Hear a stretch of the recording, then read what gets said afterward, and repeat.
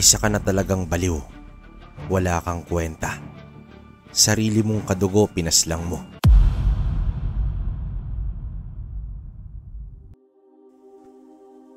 Ang Surigao del Norte ay isang lalawigan ng Pilipinas na matatagpuan sa rehiyon ng Caraga sa Mindanao.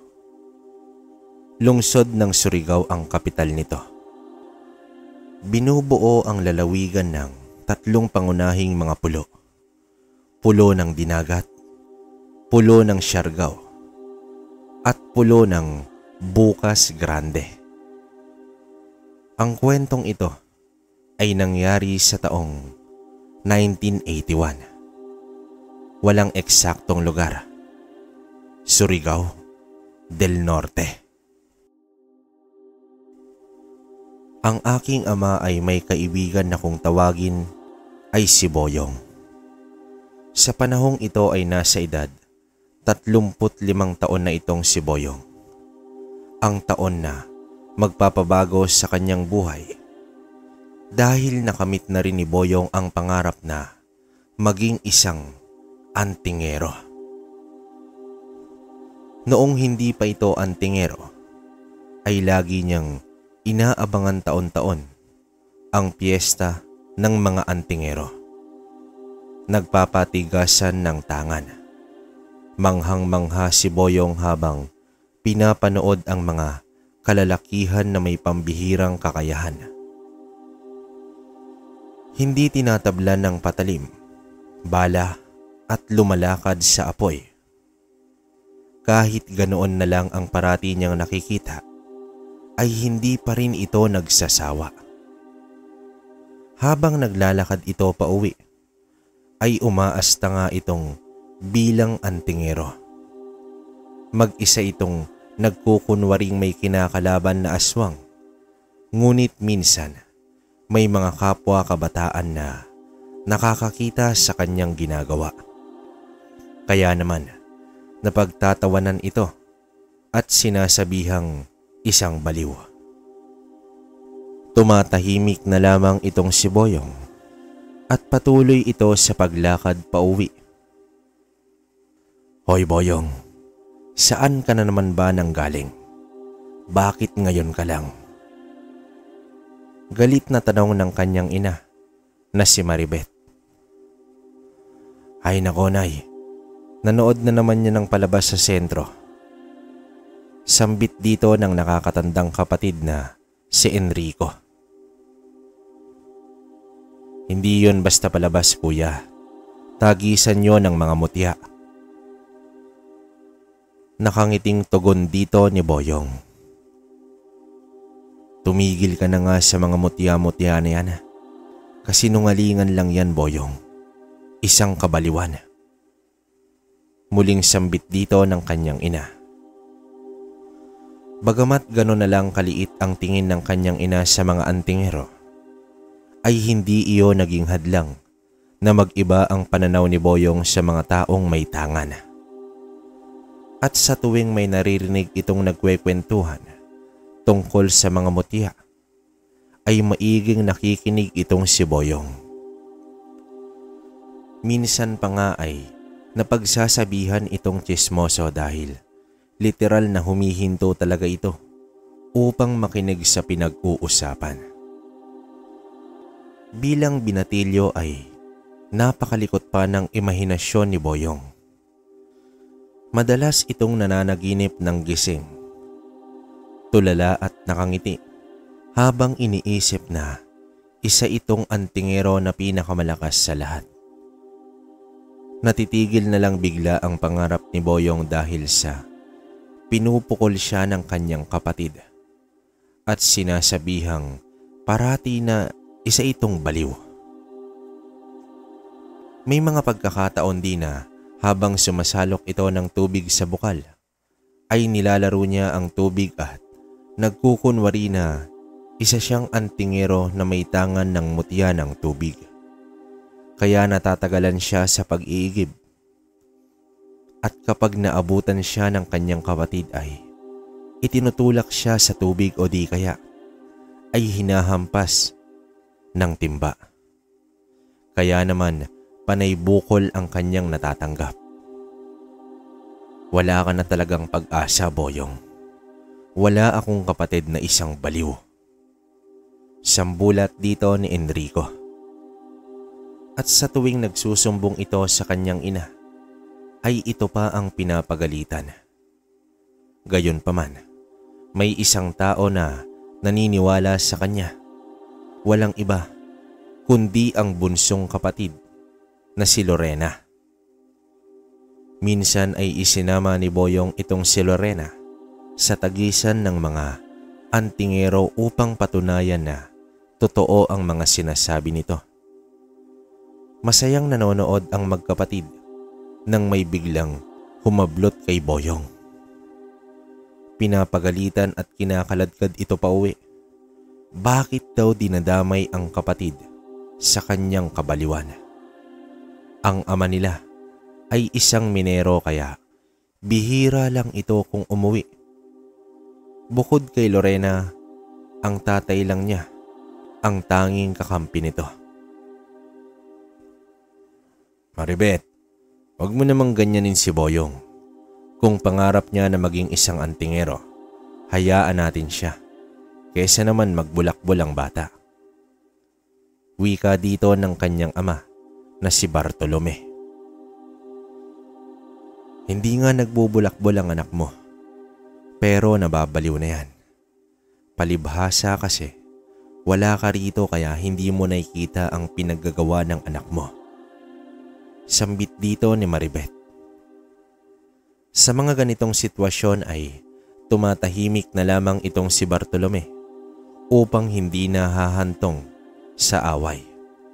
Pinapayuhan na lamang ni Bartolome ang kanyang anak na huwag masyadong dibdibin ang pangarap. Dahil kung para talaga sa isang tao ang pinapangarap niya, ay talagang mangyayari ito. Natatahimik lang ang buhay ni Boyong kapag nariyan ang kanyang ama. Ngunit aalis din at babalik ito sa minahan. Hanggang sa nagbinata na itong si Boyong, tila nadadala niya ang ugali noong bata pa siya. Kaya hindi rin nawala ang bansag sa kanya na Boyong baliw. Kahit ang mga kadalagahan sa lugar ay ilag rin ito sa kanya. Hindi naman maiwasan ni Boyong ang malungkot dahil pakiramdam niya ay daig pa niya ang may nakakahawang sakit. Sa kabila ng lahat ay natapos naman ni Boyong ang sekundarya at nakakuha ito ng isang trabaho. Trabaho bilang tagabantay sa mga bangka ng isang negosyanteng mangingisda. Siya rin ang tagalista ng mga trabahador kung sino ang pumapasok at ang lumiliban. Hindi naman naniniwala ang kanyang amo sa bansag sa kanya dahil hindi naman talaga baliw itong si Boyong. Sa katunayan, magaling itong magkwenta. Bagamat may regular na trabaho na itong si Boyong, ay hindi pa rin niya iwinawaglit ang pangarap na maging isang antingero. Sa araw na wala itong trabaho ay nagpupunta ito sa burol at doon nagsasanay sa kanyang pakikipaglaban.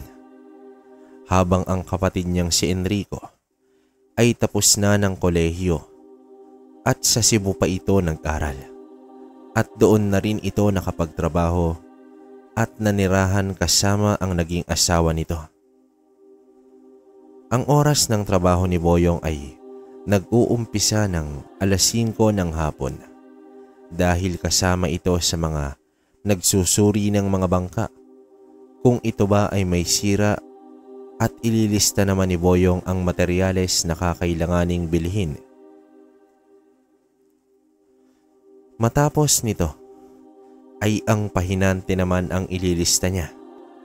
Makakapagpahinga lang itong si Boyong pagsapit ng 9:00 ng gabi dahil oras na din iyon sa pamamalaot ng mga bangkang pang-isda. At 4:00 ng madaling araw ay magdadaungan na ang mga bangka. Balik ulit sa trabaho itong si Boyong upang ilista kung ilang kahon at uri ng isda ang nauhuli. At bandang 7:00 ng umaga ay tapos na rin ang kanyang mga gawain. Noon pa man ay nakakarinig na ng mga kwento itong si Boyong tungkol sa mga aswang at nagiging interesado siya dito. Subalit hanggang sa kwento lang naman at wala pang napapatunayan itong si Boyong. Minsan tuloy ay naisip niya na baka totoo ang sinasabi ng ina na ang aswang ay panakot lang sa mga bata. Tumanda na kasi ito sa lugar, ngunit kahit paramdam man lang ay wala itong naranasan. Isang umaga, nang papauwi na itong si Boyong, bitbit ang ilang supot ng isda, may nakita itong nagkukumpulang mga tao. Ayon sa kanyang narinig, may inatake daw ng aswang na buntis kagabi. Patay daw ang bata. Napairap na lamang ang mata ni Boyong dahil maraming beses na siyang nakarinig ng ganoong kwento. Hindi na nito pinagpatuloy ang pakikiusyoso at dumiretso na ito pauwi sa kanilang bahay. Pagod at inaantok na rin kasi ito. At dahil sa nakakatulong na si Boyong sa pamilya, ay hindi na ito gaanong binubulyawan ng kanyang ina. Siya at ang kanyang ama na kasi ang bumubuhay sa pamilya. Binibigyan rin ni Boyong ang ina kapag sumasahod na ito. Pati ang pagpapaaral sa bunsong kapatid ay inako na rin ni Boyong. Samantala na ang kapatid na si Enrico ay tila kinalimutan na sila. Bandang 3:00 ng hapon ay nagising itong si Boyong. May naririnig itong nag-uusap sa bakuran. Boses iyon ng ina at iilang kapitbahay. Napag-alaman niya na tungkol sa inaswang na buntis ang pinag-uusapan. Ay nako, hindi pa ba tapos ang kwentong yan? Wika nito sa kanyang sarili. Lumabas na ng silid itong si Boyong at naghanda na para sa kanyang trabaho. Makalipas ang ilang minuto ay pumanhik na ang kanyang ina sa bahay. Nako Boyong, kalat na ang biktima raw ng aswang. Diyos ko, namatay lang ang sanggol, aswang na agad ang sinisi. Mga tao nga naman. Sambit dito ni Maribet. Napaisip tuloy itong si Boyong. Paano kung totoong aswang nga ang may gawa nito? Nagpaalam na rin siya sa kanyang ina at sinadya pa talaga niya na puntahan ang sinasabing biktima raw ng aswang. May iilang katao sa labas ng bahay ni Mang Leo. Tulala pa rin daw ang asawa nito at paminsan-minsan ay bigla itong sumisigaw sa labis na takot. Noong gabi na malapit ng manganak ang babae ay umalis itong si Leo upang sunduin ang kumadrona. At sa pagbalik nito ay kitang-kita nila ang pagkuha ng aswang sa sanggol. Akmang papatayin na sana ang babaeng bagong panganak. Mabuti na lang at naabutan pa nila ito. Biglang tumalon ang aswang sa bintana. Humingi ng saklolo itong si Leo sa mga kapitbahay at hinabol ang aswang. Ngunit tanging bangkay na lang ng sanggol ang natagpuan nila sa kakahuyan. Sa kabila ng mga nagpapatunay ay hindi pa din lubos maisip ni Boyong kung bakit ayaw pa rin maniwala ng kanyang ina na totoong umiiral ang mga aswang. Tanging pagkaawa na lamang ang nadama ni Boyong.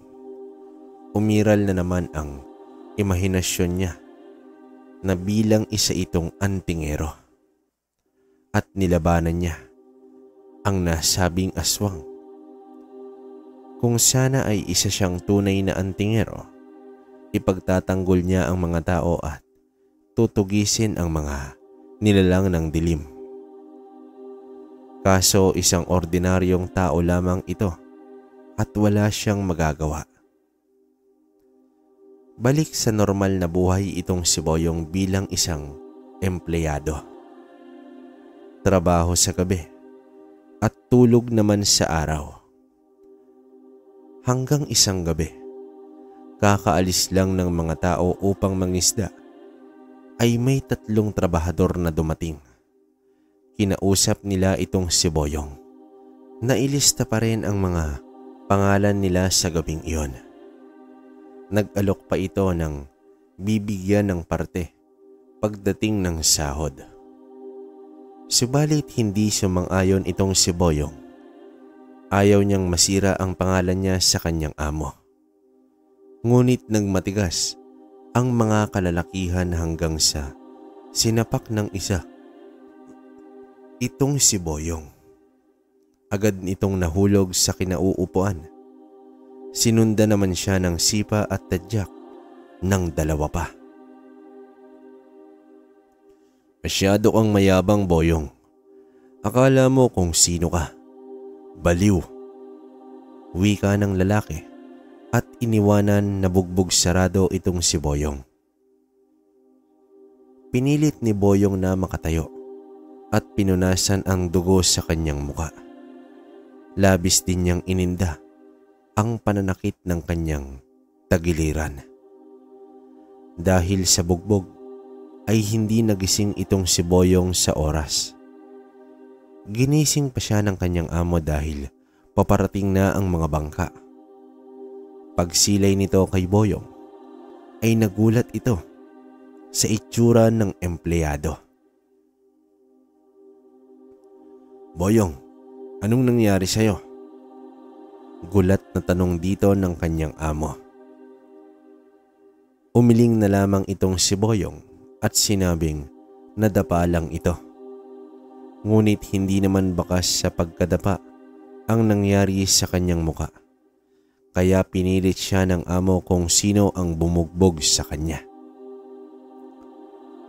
Wala nang pagpipilian pa itong si Boyong, kundi ilahad ang lahat ng nangyari. Nanggagalaiti sa galit ang amo at nangako ito kay Boyong na hindi niya ito palalagpasin. Sa pag-uwi ng binata ay sinipat niya muna kung nasaan ang kanyang ina. Nakita niya ito sa likod bahay na nag-aalis ng mga sinampay. Agad nagtungo si Boyong sa kanilang kusina at ipinaalam sa ina ang mga isdang dala nito. Sinabi rin nito na matutulog na muna siya. Walang balak na ipaalam ni Boyong sa ina ang nangyari sa kanya dahil tiyak susugod iyon sa mga nambugbog sa anak. Nagtalukbong na lang ng kumot itong si Boyong upang hindi makita ang mga tinapal na halamang dahon sa mga sugat at pasa.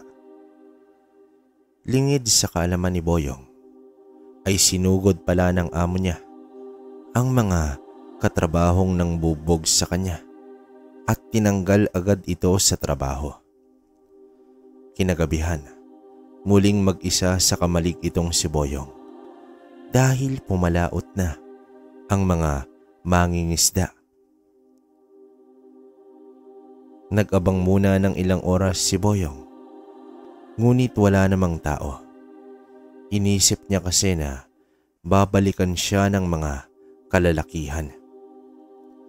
Hanggang umidlip na ang binata. Nagising na lamang siya nang may biglang humila sa kanyang paa, dahilan upang mahulog siya sa kanyang kinahihigaan. Kasunod nito ay pinagpapalo ng kahoy ang binata. Buong akala ng mga ito ay patay na itong si Boyong. Kaya ang naisip nila ay itapon ito sa dagat. Ginamit pa nito ang nakadaong na bangka upang dalhin sa malalim na parte ng dagat itong si Boyong. Inihulog nila si Boyong sa dagat at agad itong iniwan. Biglang bumalik ang malay ni Boyong nang papalubog na ito sa tubig. May nakita siyang bilog na bagay sa ibabaw ng tubig. Umiilaw ito na tila tumatalbog sa tubig. Iniabot niya ang kamay sa bagay na iyon. Sa buong akala niya ay gasera iyon ng bangka. Ang maliit na ilaw ay biglang lumaki at nagliwanag. Pagdilat ng kanyang mga mata ay napakaliwanag na sa paligid habang naririnig niya ang mga tunog ng mga alon. Hanggang sa napagtanto niya na nasa dalampasigan na pala siya at nakadapa ito sa buhangin. Marahan siyang bumangon at umupo. Inilibot ang paningin sa paligid.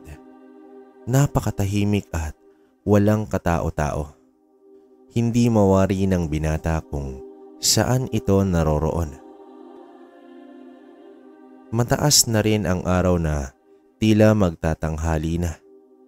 Bigla niyang naisip ang trabaho ngunit biglang gumuhit sa alaala na pinagpapalo siya ng 3 kalalakihan. Takang-taka si Boyong dahil pakiramdam niya ay walang nangyari sa kanya. Hinaplos niya ang ulo at ang kanyang muka. Walang sugat at kahit konting kirot ay wala itong maramdaman. Kahit ang sumasakit na tagiliran ay biglang nawala. Tumayo ang binata at naglakad. Makalipas ang halos kalahating oras, hanggang sa nakakita na siya ng mga kabahayan sa dalampasigan. Napagtanto ng binata na nasa kabilang baryo na pala ito. Hindi niya malaman kung uuwi ito o tutungo sa kanyang amo. Subalit kahit saan man siya magpunta ay tiyak kailangan niyang ipaliwanag ang kanyang sarili. Napansin ni Boyong na sa haba ng kanyang nilakad ay tila hindi ito nakaramdam ng pagod. Bagkus, lumalakas pa ang kanyang pakiramdam. Buo na ang desisyon ni Boyong. Ayaw niyang mawala ng trabaho kaya pupuntahan niya ang amo at mismong sa bahay nito. Sa pakikipagharap niya sa kanyang amo ay inilahad ng binata ang mga bagay base sa kanyang naalala. Noong una ay naniniwala ang amo na nabugbog ito pero sa pagkakataong ito ay hindi ito kumbinsido kay Boyong. Nag-isip ang amo. Magaling na empleyado itong si Boyong at kahit kailan ay hindi pa ito pumapalpak. Kaya sa kabila ng pagkalito sa nangyari ay inabisuhan niya ang binata na pumasok sa trabaho bukas ng gabi. Tumugon naman itong si Boyong at nagpaalam na. Hoy Boyong, saan ka ba nanggaling? Abay hapon na. Bulyaw dito ng kanyang ina. Nagdahilan itong si Boyong na nagkaroon ng konting salo-salo kaya ito natagalan at bukas ng gabi pa papapasukin ng kanyang amo. Agad dumiretso sa silid itong si Boyong at kumuha ng tuwalya upang maligo. Nang matapos itong maligo ay binalak niyang labhan ang damit dahil natuyuan na iyon ng tubig alat. Habang nilalabhan ang pantalon ay may nakapa ito sa bulsa. Isang bilog na bato na magkahalong kulay puti at pula. Noong una ay inakala ni Boyong na iyon ay isang perlas. Pero sa pagkakaalam niya, ang perlas ay kulay puti o itim lamang. Kakaiba ang bagay na iyon dahil sa kulay at napakakinis nito. Nagtaka rin siya kung saan niya iyon nakuha. Dahil nais niya nang magpahinga, ay inilagay niya sa tokador ang bato. Humiga na ito at natulog. Sa kanyang pagtulog ay nanaginip itong si Boyong na hinahabol siya ng isang santelmo. Halos kumalas na ang kaluluwa sa takot ni Boyong. Dahil kapag naabutan siya ng santelmo, ay tiyak magliliyab at matutupok ito ng apoy. Pakiramdam ng binata ay may pumipigil sa kanyang mga paa hanggang sa nilamon na siya ng apoy. Ngunit ang laking pagtataka ni Boyong dahil hindi man lang siya nakaramdam ng init. Bagkus, parang nakaisa ang apoy sa kanya. Nakapalibot lang ito sa binata hanggang sa umikot ng mabilis ang apoy at pumasok ito sa kanyang dibdib. Napabalikwas sa pagkakatulog ang binata at kinapakapapa ang dibdib nito. Hinihingal at pinagpapawisan din ng oras na iyon. Agad siyang nagtungo ng kusina at lumaklak ng tubig. Sa pagbalik niya ay nadatnan niya ang ina at kapatid na nagtatakang nakatingin sa kanya. Nagtanong ang ina kung napapano siya. Sumagot si Boyong na nagkakaroon ito ng bangungot. Yan ang napapala mo sa lakwatsa. Ba't kasi hindi ka umuwi kagad? Wala tayong uulamin ngayong hapunan kasi di ka nagdala ng isda. Bulyaw dito ng kanyang ina. Inutusan si Boyong na bumili ng ulam. Pumasok muna siya ng kwarto upang kumuha ng pamunas sa muka at nakita niya ang bato. Tinitigan muna ito ni Boyong, tsaka kinuha at isinilid ito sa kanyang bulsa. Agad namang kumilos at umalis ang binata. Sa kanyang paglalakad pabalik ay biglang nakadama ng kakaiba itong si Boyong. Sa tanang buhay niya ay ngayon lamang niya ito naramdaman. Napakabigat pero hindi sa katawan, parang sa kalooban niya mismo. Nakaamoy rin siya ng sobrang baho. Palingon-lingon pa siya na tinutunton ang mabahong amoy na parang nabubulok na laman. Ilang saglit pa ay may pumagaspas sa itaas ng mga puno. Agad tumingala itong si Boyong at nakita niya na may dumapo na isang malaking ibon. Naaninag niya iyon dahil natamaan ng liwanag ng buwan. Nagpatuloy naman sa paglakad ang binata pero nararamdaman niya na sumusunod ang ibon dahil kung nasaan siya ay doon din lumilipat ang ibon. Biglang kinabahan si Boyong dahil baka ito na ang sinasabing aswang sa baryo.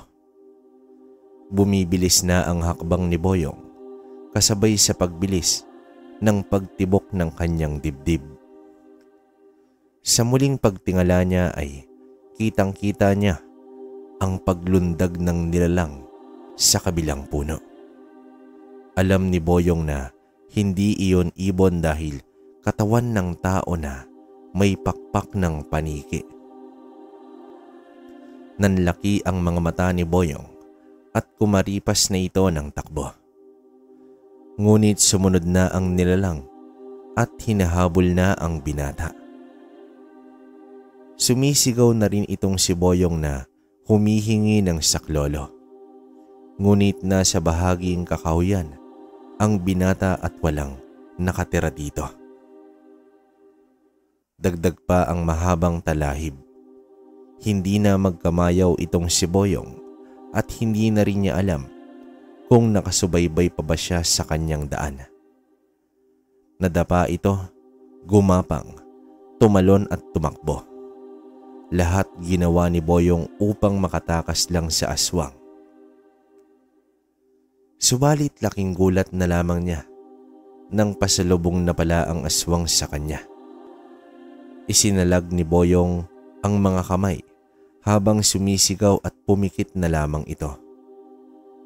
Gulat na dumilat si Boyong dahil biglang nagliyab ang aswang habang may apoy na nagmula sa kanyang mga palad.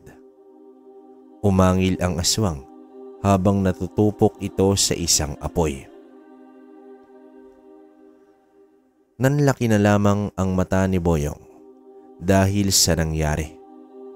Hindi siya makapaniwala sa kanyang nagawa. Habang nakatitig sa aswang, ay napangisi itong si Boyong.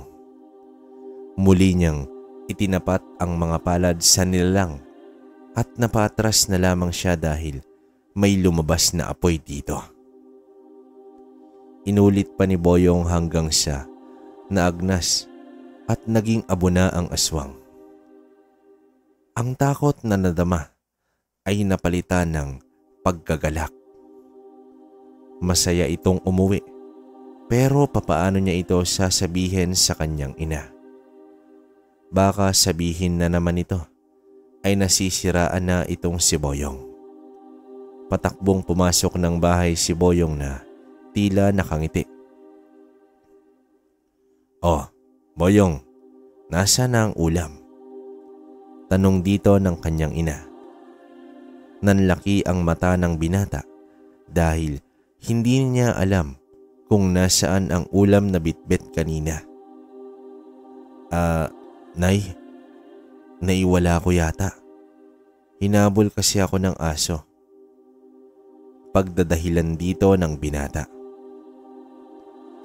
Animoy pinagsasampali itong si Boyong dahil sa malulutong na pagmumura ng kanyang ina. Hindi na lang sumagot pa itong si Boyong at agad itong lumabas upang bumili ulit ng ulam.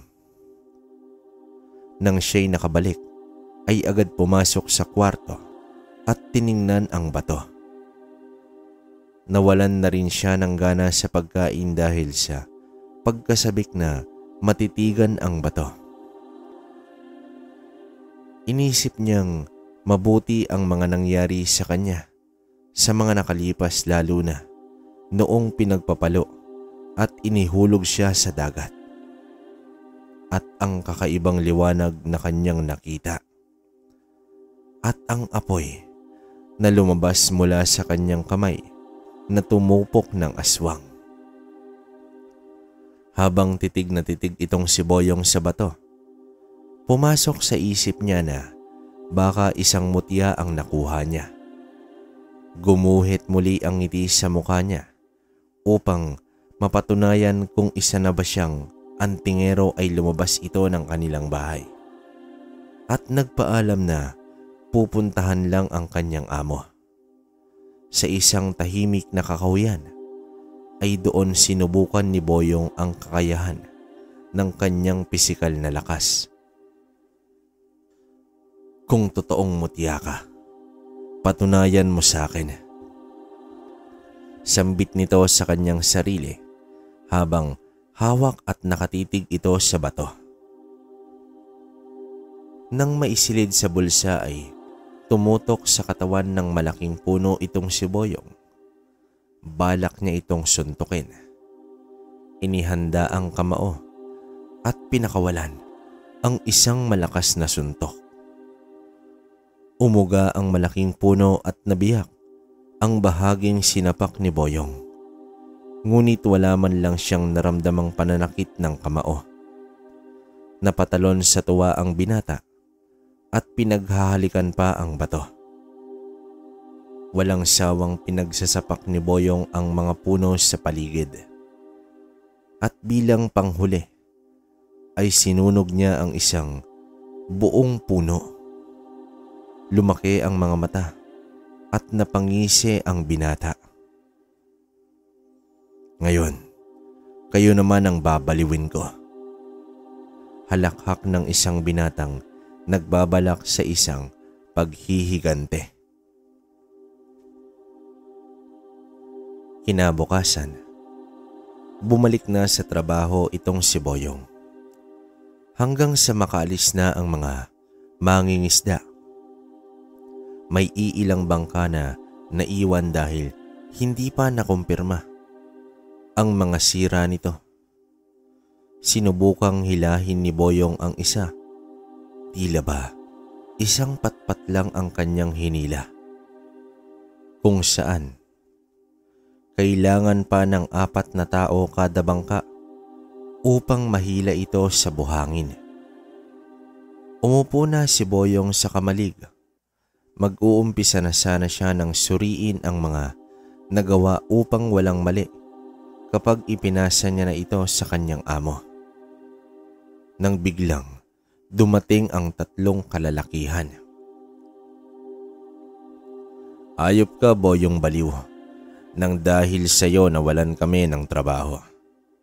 At bakit nabuhay ka pa? Galit na sumbat ng isang lalaki. Balak niyo ba akong patayin sa ikalawang pagkakataon? Sige, tingnan natin. Sambit dito ni Boyong. Abay, loko to ah. Sambit ng isa pa at biglang sinapak itong si Boyong. Napalingon si Boyong dahil sa suntok, ngunit animoy hinimas lang ang kanyang muka. Inulit pa ng lalaki ang pagsapak nito sa kanya. Hinila siya ng isa pa at pinagtulungang bugbugin. Napadapa sa buhangin itong si Boyong, ngunit tumawa lang ito. Kahit isang sugat ay wala ito. Nanggagalaiti ba kayo? Wika dito ni Boyong. Nagulat ang 3 dahil hindi man lang nasugatan ang binata. Agad hinawakan ni Boyong ang 2 sa balikat at inumpog. Sinipa naman niya ang isa pa na nagpagulong-gulong sa lupa ilang metro ang layo. Pinagsasapak ni Boyong ang 3 hanggang sa nawalan na ng malay ang mga ito. Nang magising ang 3 ay nakatali sila sa isang kawayan. May siga na ginawa itong si Boyong upang magbigay ito ng liwanag. Ang mga kagaya nyo ay dapat burahin na dito sa mundo. Wika ni Boyong sa kanyang sarili habang nanlilisik ang mga mata. Hanggang sa nagliyab ang isang lalaki. Nagsisisigaw naman ang 2 at tila nagulat ito sa nangyari. Parang hindi na si Boyong ang humarap sa kanila dahil nag-aapoy na ang mga kamay nito. Hanggang sa nawalan na ito ng buhay. Tumambad sa 2 ang kasamang nagkulay uling at naaagnas. Boyong, patawarin mo kami. Pangako, lahat ng sasabihin mo ay gagawin na namin. Maawa ka lang, Boyong. Sambit dito ng isa pang lalaki. Labis-labis ang pagmamakaawa ng 2 ngunit walang balak itong si Boyong na buhayin pa ang mga ito. Inilipat ni Boyong ang magkabilang kamay sa 2 nakatali habang sa nag-uumpisa ng lumaki ang apoy. Walang patid naman sa kakasigaw ang mga lalaki habang animoy demonyo na humahalakak itong si Boyong. Hindi tumigil si Boyong hanggat hindi nagiging abo at natutunaw sa tubig ang mga 3 kalalakihan. Bumalik si Boyong sa kamalig na para bang Walang nangyari matapos ang trabaho at umuwi na ang binata. Habang naglalakad, pakiramdam niya ay kaya niyang kalabanin ang lahat.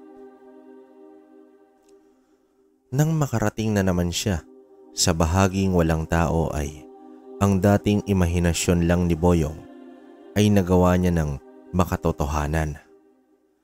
Hindi na nga niya napansin kung ilang puno at halaman ang kanyang winasak at sinunog pagdating niya sa bahay ay tinawag niya itong si Lorena. "Loring, halika't may papakita si kuya." Sambit dito ni Boyong. Sinigurado muna ni Boyong na hindi sila makikita ng ina at sinabihan si Lorena na huwag ipagsasabi ang masasaksihan nito. Namangha naman ang kapatid sa kakayahan ni Boyong na magpalabas ng apoy sa kanyang kamay. Sinabi rin niya sa kapatid na isa na siyang antingero at tangan niya ang mutya ng apoy. Dahil noon pa man ay naniniwala na si Lorena sa kanyang kapatid, kaya hindi na nahirapan pa itong si Boyong na pakiusapan ang bunsong kapatid na ilihim ang nalalaman. Habang kumakain si Boyong, bandang 3:00 na ng hapon ay narinig niya na may kausap ang ina sa kanyang bakuran. Base sa kanyang narinig, tila may mga tao daw na nagsasagawa ng kaingin sa lugar dahil sa natagpuan ang mga sunog na puno at halaman. Ang kinaiinisan ng mga tao bakit sa gilid ng daanan nagsusunog ng mga puno. Hindi naman mapigilan ni Boyong na matawa dahil alam niya na sa kanya nanggaling ang pagkasunog ng mga puno. Ang kinaiinisan ng tao, bakit sa gilid ng daanan nagsusunog ng mga puno? Nang siya ay patungo na sa trabaho, ay nakita niya ang pagsisibak ng mga tao, lalo na ang mga puno, upang mapakinabangan pa ang bilang panggatong. Grabe, sinong baliw kaya ang gumawa nito? Wika dito ng isang lalaki. Sumimangot naman itong si Boyong nang marinig niya iyon. Umalis na lang ito at nagpatuloy sa kanyang paglalakad. Habang nasa gitna ng trabaho, ay nilapitan ni Boyong ang nag-uusap ng mga trabahador. Sa kanyang pag-usyoso ay napag-alaman niya na pinaghahanap ng mga pamilya ang taong kalalakihan. "Boyong, anong mga nambugbog sa'yo at nawala daw? Kagabi pa, mag-ingat ka, baka ikaw na ang balikan ng mga aswang na iyan." Sambit dito ng matanda. Hindi naman umimik itong si Boyong, pero kahit isang batalyon pa ang susugod sa kanya ay wala itong pakialam. Imbes na sana ay sugurin siya ng mga ito upang may dahilan siya na sugurin ang mga ito. Habang tumalikod pabalik sa kamalig, ay napangisi na lamang itong si Boyong. Dahil papaano pa ba mahanap ang mga taong naging abo at humalo na sa tubig at ang sarap pala sa pakiramdam nila. Makalipas ang ilang araw, nang magising itong si Boyong, isang hapon ay nakita niya ang kapatid na nasa sala at kausap itong si Lorena. "Ay Kuya Botong, si Ate Paloma nga pala, asawa ni Kuya Enrico." Sambit dito ng babae. Tumango at ngumiti itong si Boyong sa babae. Pansin niya na medyo malaki ang tiyan nito at buntis. Nasipat rin niya sa labas ang kuya na kausap ang kanyang ina. Bumalik mula sa Cebu ang kapatid nito matapos ang 3 taon na hindi ito nagparamdam sa pamilya.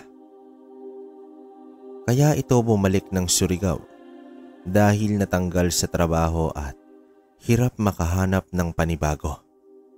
Buntis rin ang asawa nito kaya kailangan ito ng suporta.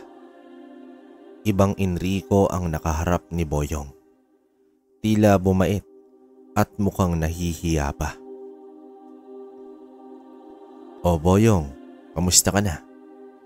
Balita ko sa palaisdaan ka daw nagtatrabaho."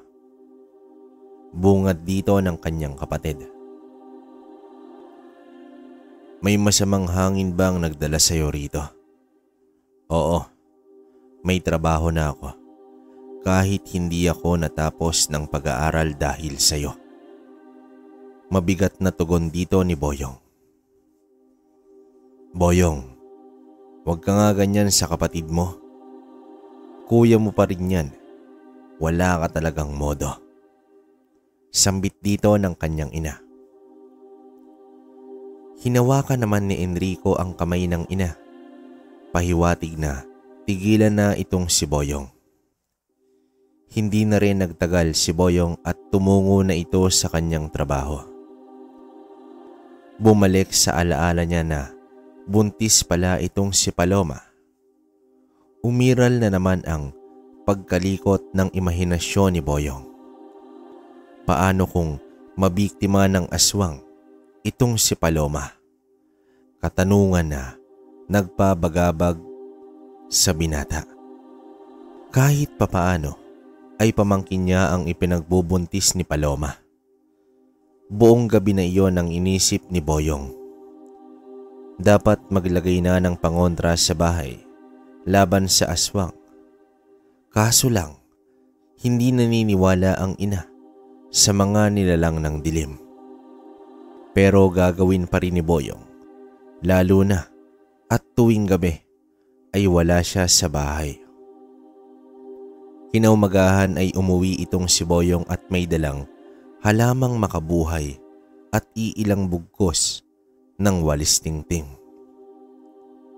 Matapos nito maibigay sa kanyang ina ang mga isda, ay agad niyang itinanim sa likod bahay ang makabuhay. Nagtaka naman si Maribet sa ginawa ng anak, subalit hinayaan lang naman niya iyon. Matapos nito ay kinausap niya ang kanyang kuya.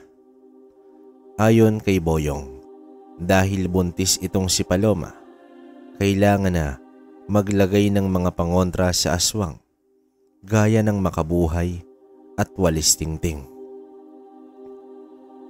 Ang magagawa ng walis tingting na nakabaliktad ay upang hindi makapasok ang aswang sa bahay. Bahagyang natawa naman si Enrico sa sinabi ng kanyang kapatid. "Isipin mo nang nababaliw ako. Nasa iyo na yan kung hindi ka maniniwala sa akin." Wika ni Boyong at agad itong pumanhik sa bahay. Bago umalis si Boyong ay inilagay niya na ang mga pangontra sa bintana, dingding, at binilinan itong si Lorena na maglagay din ng walis tingting sa likod ng pinto na nakabaliktad. Ikinagalit naman ng kanyang ina ang mga walis tingting sa loob ng bahay. Nagmumukhang ewan na raw ang pamamahay dahil sa mga nakasabit na walis sa bintana. Sa pag-alis ni Boyong ay iniligpit lahat ni Maribet ang mga walis. Lumipas ang 1 linggo, ngunit walang aswang ang nagparamdam. "Oh, ano na ngayon, Boyong? Ikaw kasi, nagpapaniwala ka sa mga ganyan." Wika dito ng kanyang ina. Hindi na lang nakipagtalo ang binata sa kanyang ina. Kinabukasan ay araw ng pahinga ni Boyong. Balak ni Boyong na puntahan ang isang albularyo upang itanong kung anong mutya ang meron ito. May kalayuan din ang lugar ng albularyo, Kaya maaga pa lang ay tumungo na itong si Boyong. Wala mang kasiguraduhan kung makakakuha siya ng sagot, ay sinubukan pa rin ng binata. Bago magtanghali ay narating na niya ang lugar ng albularyong si Manong Felipe. May iilang pasyente ang nasa loob at labas ng bahay. Hihintayin na lamang niya na matapos ang lahat. Hanggang sa inabutan na ng gutom itong si Boyong. Lumakad muna siya upang maghanap ng makakain. Medyo liblib pa naman ang lugar ng albularyo. Tiyak, matatagalan pa bago ito makabalik. Gayunpaman, nakahanap ng isang karinderya itong si Boyong sa sentro ng baryo. Halos puno na ang lugar, kaya doon ito umupo sa may mahabang mesa na bakante naman ang tapat. Sa pag-upo ni Boyong ay di nagtagal, umalis ang dalawang babae na naroon na tila nagmamadali ito. Nagtaka naman si Boyong dahil hindi pa ubos ang mga kinakain ng mga ito. Sinundan niya ng tingin ang mga babae. Ang isa dito ay lumingon pa sa kanya at tumingin ito ng masama bago tuluyang lumabas. Hindi na binigyan ng pansin ni Boyong ang dalawa dahil sa sobrang gutom na nito. Dahil hindi problema sa kanya ang pera, lumantak ng matindi itong si Boyong. Kape at tinapay lang kasi ang kinain niya kaninang umaga. Sa kalagitnaan ng kanyang pagkain ay may lalaking umupo sa tapat ni Boyong. Wala itong dalang pagkain at tumitingin lang ito sa kanya. "Bakit ho, Manong? May kailangan kayo?" Tanong dito ng binata. "Hindi mo ba alam kung ano ang dalawang babae dito kanina?" Tanong dito ng lalaki. Umiling si Boyong at nagtanong ang lalaki kung anong tangan meron ito. Bahagyang nagulat ang binata at nagtanong kung bakit nag-uusisa ang lalaki. Ayon dito, mangkukulam ang dalawang babae kanina.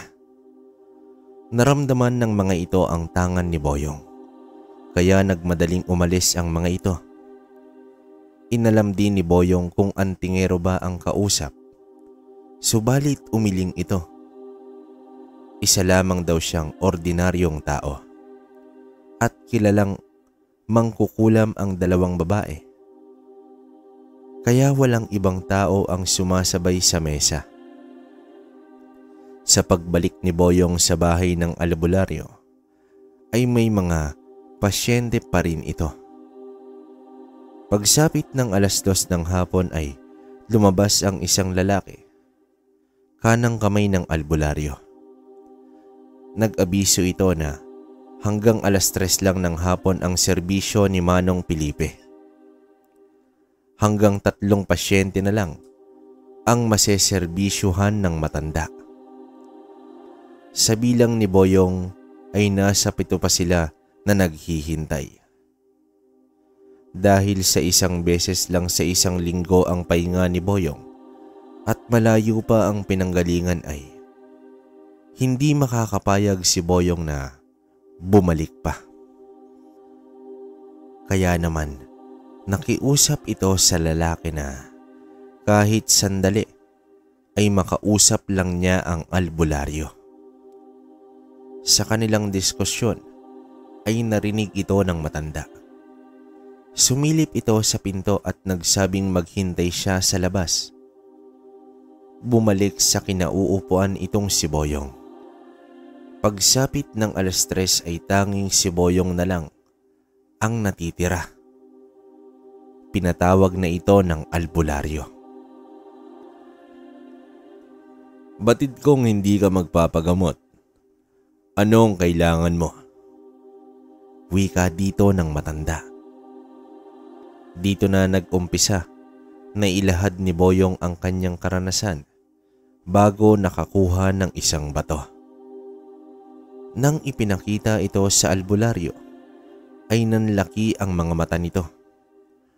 Ayon sa matanda, mutya ng San Telmo ang nakuha ni Boyong. Mapanganib ito dahil kayang serbisyohan ng bato kung anuman ang may nais ng may tangan nito. Ibig sabihin, masama man o mabuti ang hangarin ng may tangan ay pagbibigyan ito ng mutya. Boyong, sana wag maling langdas ang tahakin mo. Likas na mapanganib ang San Telmo. Payo dito ng matanda. Habang naglalakad na pabalik itong si Boyong, ay nasipat niya ang dalawang babae. Nakita niya na nag-usal ang mga ito. Nakaramdam naman siya ng konting pagkahilo. Dito napapaluhod na si Boyong habang walang tigil sa pag-uusal ang dalawa. Napapalapit na rin sa kanya ng mga oras na iyon. Bago pa makalapit ng lubos ang mga mangkukulam ay nabaling ang atensyon nito sa pagdating ni Manong Pilife. Naging dahilan ito upang makawala sa sumpa itong si Boyong. Agad itong tumayo at sinugod ang dalawa. Kitang-kita ng albularyo kung papaano tinupok sa apoy ni Boyong ang dalawang mangkukulam. Hindi akalain ng matanda na ganoon na kalakas ang tangan ng binata. Ang mga mangkukulam na matagal nang tinutugis ng matanda ay sa isang iglap ay nagapi ni Boyong. Matapos ang pangyayari ay biglang tumakbo si Boyong. Pilit naman siyang tinawag ng matanda. Sumuot sa masukal na gubat itong si Boyong. Hindi niya maintindihan pero nakakarinig na siya ng mga kung ano-anong boses. Nakakatakot. Parang nagmumula sa hindi maipaliwanag na nilalang. Nakaupo sa halamanan itong si Boyong na tinatakpan ang tenga. Pinagpapawisan at patuloy pa rin na nakakarinig ng kakaiba. Hanggang sa may nakita siyang dumaan na isang kapre. Sa ibang bahagi ay may mga nilalang na hindi na alam ni Boyong kung anong uri ang mga ito. Sa dami ng mga nilalang at sa bigat ng kanyang pakiramdam, ay tila sasabog na itong si Boyong. Tumayo ito at sumigaw. Nagpakawala siya ng apoy sa lahat ng direksyon. Tila dagat ng apoy ang nangyari sa gubat. May mga natupok ang mga nilalang at ang iba naman ay nagpulasan. Hindi maintindihan ng binata, ngunit nagsimula ito matapos niyang maengkwentro ang dalawang mangkukulam. Kinabukasan ay nadatnan ni Maribeth na nasa sahig ng beranda natutulog itong si Boyong. Agad naman niya itong ginising at pinalipat sa loob. Tumayo ang binata na animoy isa itong lasing. Pumasok ito sa kanyang silid at patuloy na nagsarado. Habang ang ina ay walang tigil sa kakabulyaw sa kanya. Tinatakpan na ni Boyong ang mga tenga dahil iba ang timbre ng boses ng kanyang ina. Boses daw ito ng demonyo. Hanggang sa nawalan ng malay ang binata at bumagsak ito sa sahig. Pumasok pa rin sa trabaho itong si Boyong. Napansin ng amo na tila tulala ang binata at nangingitim ang ilalim ng mga mata. Boyong, ayos ka lang ba?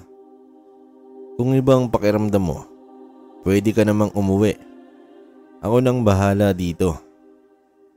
Wika sa kanya ng kanyang amo. Ayos lang ho ako. Sige po, titingnan ko muna yung mga bangka. Tugon dito ni Boyong. Bago umalis ang amo ay siniguro muna ang kalagayan ng binata. Ayaw niya kasing may nagkakasakit sa kanyang trabaho.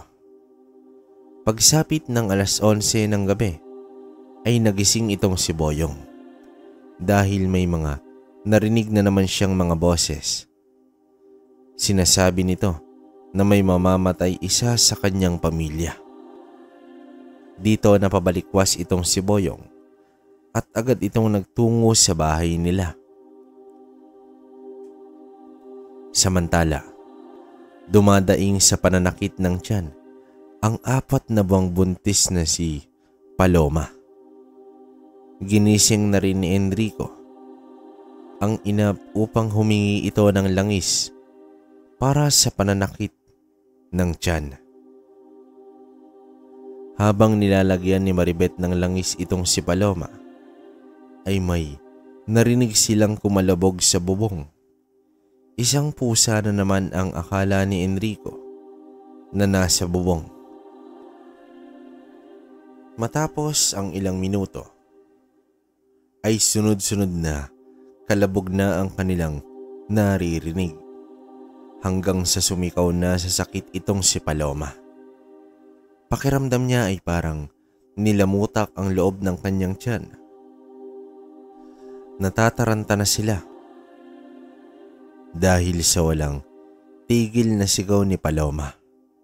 Dagdag pa ang walang tigil na kalabog sa bubong at sa dingding. Inay, anong gagawin natin? Tarantang pagtatanong dito ni Enrico. Nag-isip na rin si Lorena at kapag kinuha niya ang walis tingting, ay walang tibay ang palibot ng bahay. Inay, may aswang. Takot na wika dito ni Lorena. Ano ba yung pinagsasabi mo? Hindi totoo ang aswang. Sambit naman dito ng kanyang ina. Nang biglang may umangil sa labas ng kanilang bahay, nagtinginan silang lahat na nasa iisang kwarto lamang. Marahang lumbas itong si Enrico at kinuha ang itak sa kanyang kusina. Binuksan nito ang pinto at lumabas ng bahay upang silipin ang anak nang biglang may gumapang at lumapag na nilalang at sinunggaban itong si Enrico. Napatili sa gulat at takot ang ina. Isang napakapangit na nilalang. Katawang tao pero may pakpak ito ng paniki. Walang nagawa ang itak ni Enrico hanggang sa bumaon ang mga kuko ng aswang sa tiyan mismo ni Enrico. Akmang sasakmalin na ng aswang ang leg ng lalaki. Nang biglang may bumangga na aswang. Dito na nakikipagbuno itong si Boyong sa aswang. Walang patid niya itong binugbog at hindi na nakalaban pa. Ilan pa ba kayong mga demonyo? Sambit dito ni Boyong dahil parehong uri ng aswang ang nakasagupa niya ng unang beses. Hindi naglaon ay biglang nagliyab ang kamay ni Boyong. Akmang papalipad na ang aswang ay agad niya itong ibinato at tinamaan ito ng apoy na naging dahilan sa pagliyab ng isang pakpak nito. Nagpagulong-gulong sa lupa ang aswang upang apulahin ang apoy, ngunit hinila ni Boyong ang mga paa ng aswang at inihampas ito sa lupa. Matapos rito ay hinawakan niya ang aswang at lumambas ang napakalaking apoy na tumupok sa mga ito. Nakakakilabot ang angil ng aswang habang unti-unting humihina at tuluyan itong nawawala. Patuloy sa pagliyab ang katawan ng aswang hanggang sa maagnas at naging abo. Agad nilapitan ni Boyong ang kapatid na manghihina na rin dahil sa natamong malalim na sugat habang si Maribeth ay nakatulala. Inay, Inay, umalis na kayo dyan. Si ate po tulungan natin. Sambit dito ni Lorena. Daling binuhat ni Boyong ang kapatid papasok ng bahay. Maraming dugo na ang nawala at tila hindi na ito magtatagal. Hindi malaman ni Boyong kung ano ang gagawin. Napahawak na lamang siya sa ulo habang binabanggit na huwag silang iwan ng kapatid. Pero hindi nagtagal. Humugot ng malalim na hininga itong si Enrico at binawian ito ng buhay. Dito natulala si Boyong sa pagpanaw ng kanyang kapatid. Kahit pa naging malupit ito sa kanya noon, ay pilit naman itong nagbago at naging mabait na sa kanya. Nagmatigas lang itong si Boyong upang iparamdam sa kapatid ang kanyang mga hinanakit noong bata pa sila. Pero sa kabila nun, ay mahal na mahal ni Boyong ang kanyang kapatid. Sa katunayan, masaya ito nang bumalik na ito dahil buo na sila ulit at may dadagdag pa. Papaano na lang ito ipapaliwanag pa ni Boyong sa kanilang ama ang nangyari sa kapatid nito. Labis naman ang pag-iyak ni Maribeth. Kung naniniwala lamang siya sa sinasabi nito, ay hindi na sana mangyari pa. Umayos naman ang pakiramdam ni Paloma ngunit walang mapaglagyan ng kalungkutan ang asawa ni Enrico. Napayakap na lamang ito sa bangkay ng asawa. Dahil sa galit na nararamdaman ni Boyong ay lumabas ito ng bahay at sumigaw. Hinamon niya na magpakita ang mga aswang. Sumunod naman si Lorena upang pigilan ang kapatid na nagwawala na sa labas. Mga demonyo kayo, ako ang harapin nyo. Ngayon, magsilabas kayo ngayong lahat. Magpatayan tayo. Sigaw dito ni Boyong. Nilamon na ng galit ang antingero. At dahil doon ay nagpakawala ng apoy ang binata. Sa hindi inaasahang pagkakataon ay nahagip niya ang paparating na kapatid at agad itong nagliyab. Sumisigaw itong si Lorena na tumatakbo sa hindi man lamang direksyon. Bahagyang natigilan si Boying nang bumagsak na ang kapatid at saka lang ito nilapitan ngunit hindi kinaya ng apoy.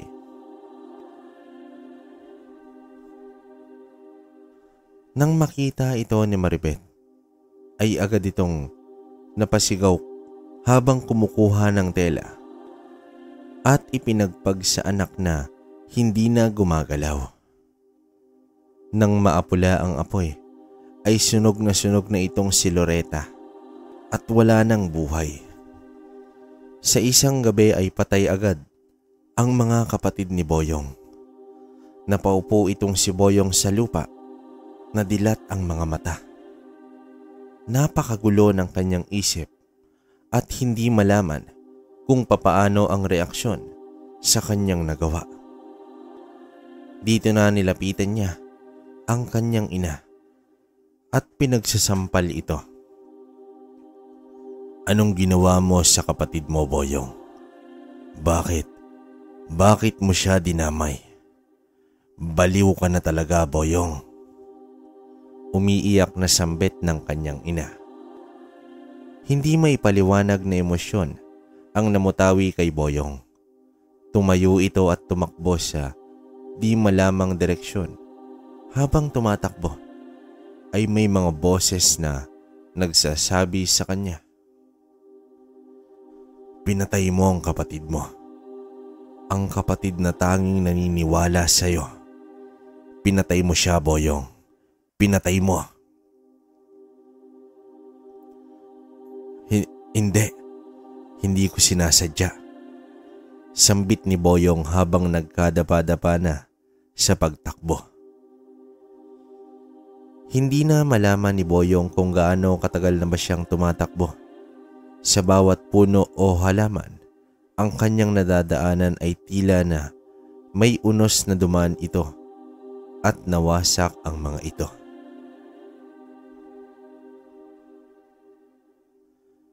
Isang umaga nagising itong si Boyong na mataas na ang araw. May mga tao sa paligid. Napagtanto niya na nasa bangketa na pala siya. May babaeng tumawad sa kanyang atensyon. Pinapaalis siya dahil magbubukas na ito ng tindahan. Pinandidirihan siya ng babae dahil sa dumi at dungis ng kanyang katawan. Tumayo itong si Boyong at naglakad. Alam niya na minsan na siyang nakapunta sa lugar na ito. Hanggang mabasa niya ang isang karatula na may nakalagay na pangalan ng lugar. Nasa lipatan na pala itong si Boyong. Milya-milya ang layo nito sa kanyang pinagmulan. Patuloy na naglakad itong si Boyong at batid niya ang pag-iwas ng mga tao sa kanya. May nakita itong isang batang babae na kaedad ni Lorena. Tumulo ang luha ni Boyong nang maalala ang nangyari sa kanyang kapatid. Labis niyang sinisisi ang sarili sa pagkamatay ng kanyang kapatid. Hindi baliw si Boyong ngunit daig pa ang baliw sa taong nawalan na ng pag-asa sa buhay at may galit na sa kanyang sarili. Tulala na naglakad itong si Boyong na nababalot ng kalungkutan. Nais niyang parusahan ang sarili. Minsan na rin niyang sinunog ang mismong katawan, ngunit kahit konting paso ay wala siya. Lumipas ang mga araw, linggo at mga buwan. Naging palaboy si Boyong pero buong buo ang isip. Hindi niya magawang bumalik sa pamilya dahil kahit ang sarili ay hindi nito mapatawad. Hanggang sa umugong ang balita sa lugar na may nambibiktima ng mga tao na malapit na naninirahan sa dalampasigan. May mga nakapansin kay Boyong na palaboy-laboy tuwing gabi. Sinita rin ito ng iilang mga tao pero simula noon napadpad na sa lugar si Boyong ay natigil ko na rin ang panonood ko. Hanggang sa umugong ang balita sa lugar na may nambibiktima ng mga tao na malapit naninirahan sa dalampasigan. May mga nakapansin kay Boyong na palaboy-laboy ito tuwing gabi. Sinita na rin ito ng iilang tao. Pero simula noong napadpad sa kanilang lugar itong si Boyong ay natigil na rin ang pambibiktima ng nilalang na tinatawag ng mga tao na aswang dagat. May isang lalaki na naglakas ng loob na kausapin itong si Boyong. Nagulat ito dahil maayos naman palang kausap itong si Boyong at nagpakilala pa nga ito sa lalaki. Ayon kay Boyong, nagmula pa ito sa malayong lugar. Hindi daw siya titigil sa paglalakbay hanggat may masasamang nilalang na kayang makaharap. Naging interesado ang laki sa buhay ni Boyong dahil kakaiba pala ang mga pinagdaan nito at napakadetalyado ng mga salita. Kinaibigan ng lalaki itong si Boyong at tuwing umaga ay dinadalhan niya ito ng pagkain at pansit. Nang makatayo ay nagpaalam na itong si Boyong sa lalaki. Nang kanyang tanungin ay tanging ngiti lang ang itinugon nito. Simula noon ay hindi na nagpakita pa itong si Boyong sa lalaki. At ang lalaking naging biktima ay kaibigan ni Boyong. At ito ang aking ama. Hanggang dito na lang ang kwento natin ngayong araw, kabaryo. Naway may nakuha kayong aral at leksyon sa ipinadalang sulat at binasa natin. Muli, ang inyong lingkod, Kwentong Baryo.